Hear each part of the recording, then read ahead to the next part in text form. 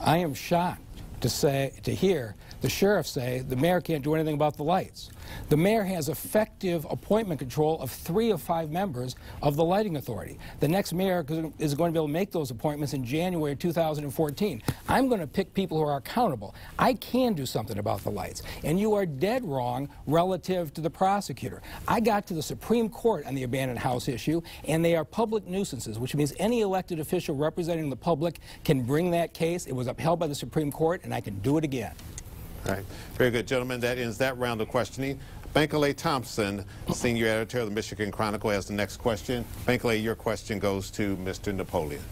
Sheriff Napoleon, let's extend the conversation around quality of life. An issue that keeps some people from moving into Detroit is insurance redlining, which accounts for the high cost of living in Detroit. Can you tell us tonight if you are capable of making insurance redlining history when you become mayor of Detroit? Absolutely. The one thing that has to happen is, as Detroiters, we have lived being disrespected predominantly out of Lansing lawmakers in the Insurance Commission.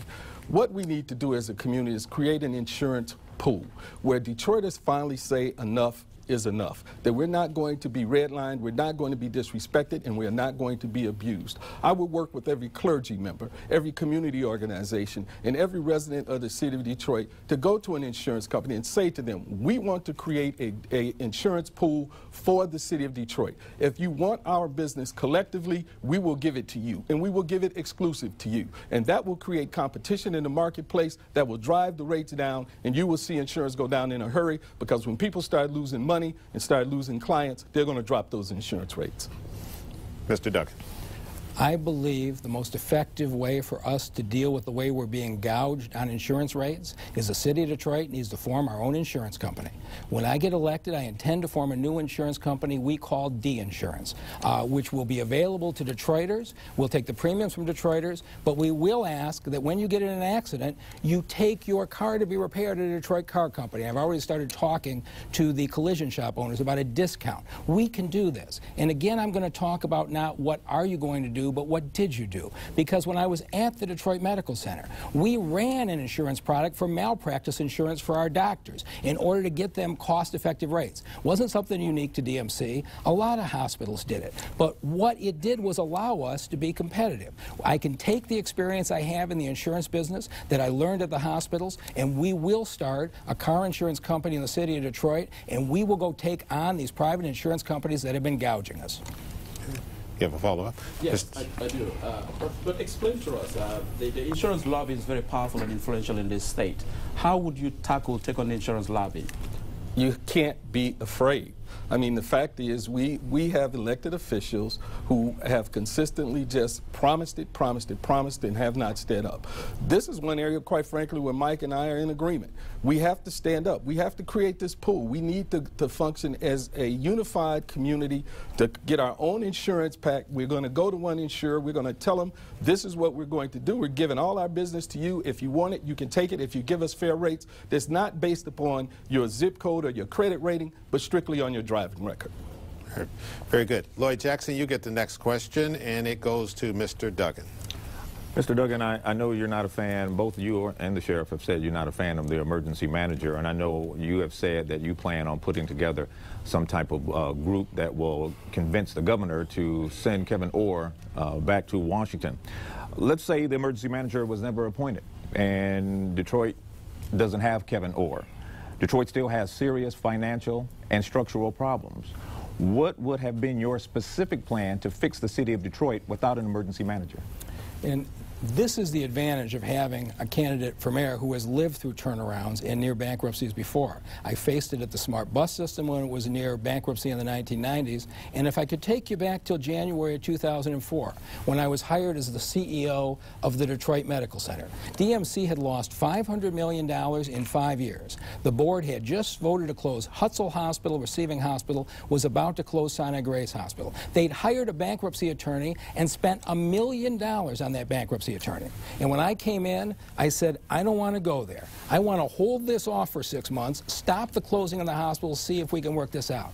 I brought the creditors in, and I said, look, we can go through bankruptcy and you get 9 cents on the dollar, or we can work together to restructure these debts. We did things to cut our costs, and then we did the most important thing. We took issue with the service in the emergency rooms that was taking people 3 and 4 hours to see a doctor. I know what it means to bring an organization back. I would sit down with the unions, and we would figure out, first of all, where we can cut costs. Second, we would go and get the revenue that we're losing. We're losing $100 million a year in income tax revenue from people who live in the city, who work at businesses in the suburbs, because the suburban companies are deducting the federal and state tax, but they are not deducting the Detroit tax. And Detroit's computers are so out of date, we don't know what we're losing. We're going to fix the revenue systems. But just as I did at DMC, I'd love to pull this community together and bring this city back. I don't believe we needed bankruptcy. I think we could have done it on our own. Right. Sheriff Napoleon. Once again, Mike's not right. There was no turnaround at the DMC. $50 million from the state of Michigan, his friend the governor, a tax break from Wayne County Executive Ficano, $30 million in fines from the federal government for bribery, fraud, and kickbacks, millions in his pocket when he sold it, thousands of employees laid off, nurses union was busted, a $500,000 salary when he started, $2 million when he left, bonds downgraded in 2010. The turnaround of the DMC is a fallacy. Fact check it. Everything I just said is true, so you need to admit it. The second thing is when you talk about changing city government, you have to take a strategic review of city services. We must make public health, safety, and welfare a priority. That's the only way you're going to change that. I don't believe you even said that. I mean, there are some things you're going to regret when this campaign is over. When I came in, DMC had lost $500 million in 5 years, and we had 11,000 employees, thousands of whom were about to be laid off. We made money 9 years in a row. Never once in my tenure did we have general layoffs. And when I left, we had 14,000 men and women working there, and we built a new facility at Children's Hospital, a new heart hospital at Harper, a new emergency room at Sinai Grace. Call your friends and neighbors who work at DMC and ask them. They'll tell you what I was like as a CEO. All right. Carolyn, your question now goes to Sheriff Napoleon. All right, let's talk about the image of the city of Detroit. According to travel website escapehere.com, Detroit is one of the 10 worst cities to visit in the United States due to the rumors of crime and abandoned buildings. 2 weeks ago, we all watched 60 Minutes, did a report showing Detroit as a blight-filled city, and the governor's appointed emergency manager, Kevin Orr, calling Detroit, Detroiters, should I say, dumb and lazy in the Wall Street Journal. So my question to you, Mr. Napoleon, how will you be an ambassador for Detroit to make people excited, not only about living in the city of Detroit, but even visiting the city of Detroit? You know, we've done a bad job of marketing this great city. We have so many jewels that people around this country should be excited about coming to see. We have the DIA, which hopefully will survive whatever action is taken in federal court. We have a great riverfront that abuts an international destination. We have the Greenfield Village, Henry Ford Museum, the Tigers, the Lions, the Red Wings, the Pistons. So there's so much going on here that is positive that we just haven't done a good job of marketing this city. As the mayor of the city of Detroit, I will market this city in a way that you've never seen it marketed. But one of the things that has to change is Detroiters have to stop being so hard on the city of Detroit. We have to be better ambassadors. When we travel throughout this community, when we travel throughout the region, the country, and the world, we have to tell people what a great time it is here in Detroit. And it's going to get better. It's going to be the city of the future. I promise you that when I mayor this great city. Mr. Duggan? This is going to be one of the few times the sheriff and I are going to agree. There are so many great things about this city that we love, and of course everybody who has stayed here feels the same way. One of the things we have to do, though, is stop embarrassing ourselves. I mean, the fact that we had the mayor fighting with the council fighting with the unions, Detroit always fighting with Lansing, and then we end up with an emergency manager. I believe our image will start to get repaired nationally the day that we send the emergency manager home and return Detroit to the elected officials selected by the voters. And I intend to engage from day one with the background that I've had, and I'm expecting that the community and the business leaders who are supporting me will go with me to the governor and say, okay, you appointed an emergency manager because you said the city couldn't manage its finances. Well, now we've elected a mayor with a strong turnaround history. He's going to bring in a first-class turnaround team and a very specific turnaround plan. I don't know whether we can get Kevin Orr out before September, but I'm going to work every day on a positive, constructive way to shorten that stay, and that will be the day that we can celebrate in the city of Detroit. All right. Mr. Napoleon. I've maintained from day one that I believe Kevin Orr is here illegally. It is very clear that there was a conspiracy, and it's becoming even clearer as testimony is brought out in federal court that this was bankruptcy was planned right from the start. There was never, ever any intention of doing anything but sending Kevin Orr in, working with the governor, working with Andy Dillon, working with Kevin Orr, and quite frankly, my opponent was a big part of that. Mary Kramer, we are going back to you, and your question needs to be directed to Mr. Duggan. Okay. Let's talk about kids. Now, the mayor in Detroit doesn't really have a formal role in education, but as a resident of Detroit, I find it impossible to think about the city's future without thinking about kids, many of whom, too many, are going to failing schools and attending funerals for kids who are killed in violence. So, in a brief soundbite, what is your children's agenda for Detroit? Everything starts with how we treat our children. And while I am not an advocate for taking over the Detroit Public Schools, I want to be the best partner the Detroit Public Schools have ever had in a mayor. So let's start with the fact that I could take you past nearly every elementary school in this city, and the children are walking past open and dangerous buildings on their way to school. This is completely unacceptable, and we are going to attack this from day one. Second, we have got to create job opportunities for these kids at a younger age so they can see the opportunities. And I'm going to keep saying this. We should talk about not what we're going to do, but what we have done.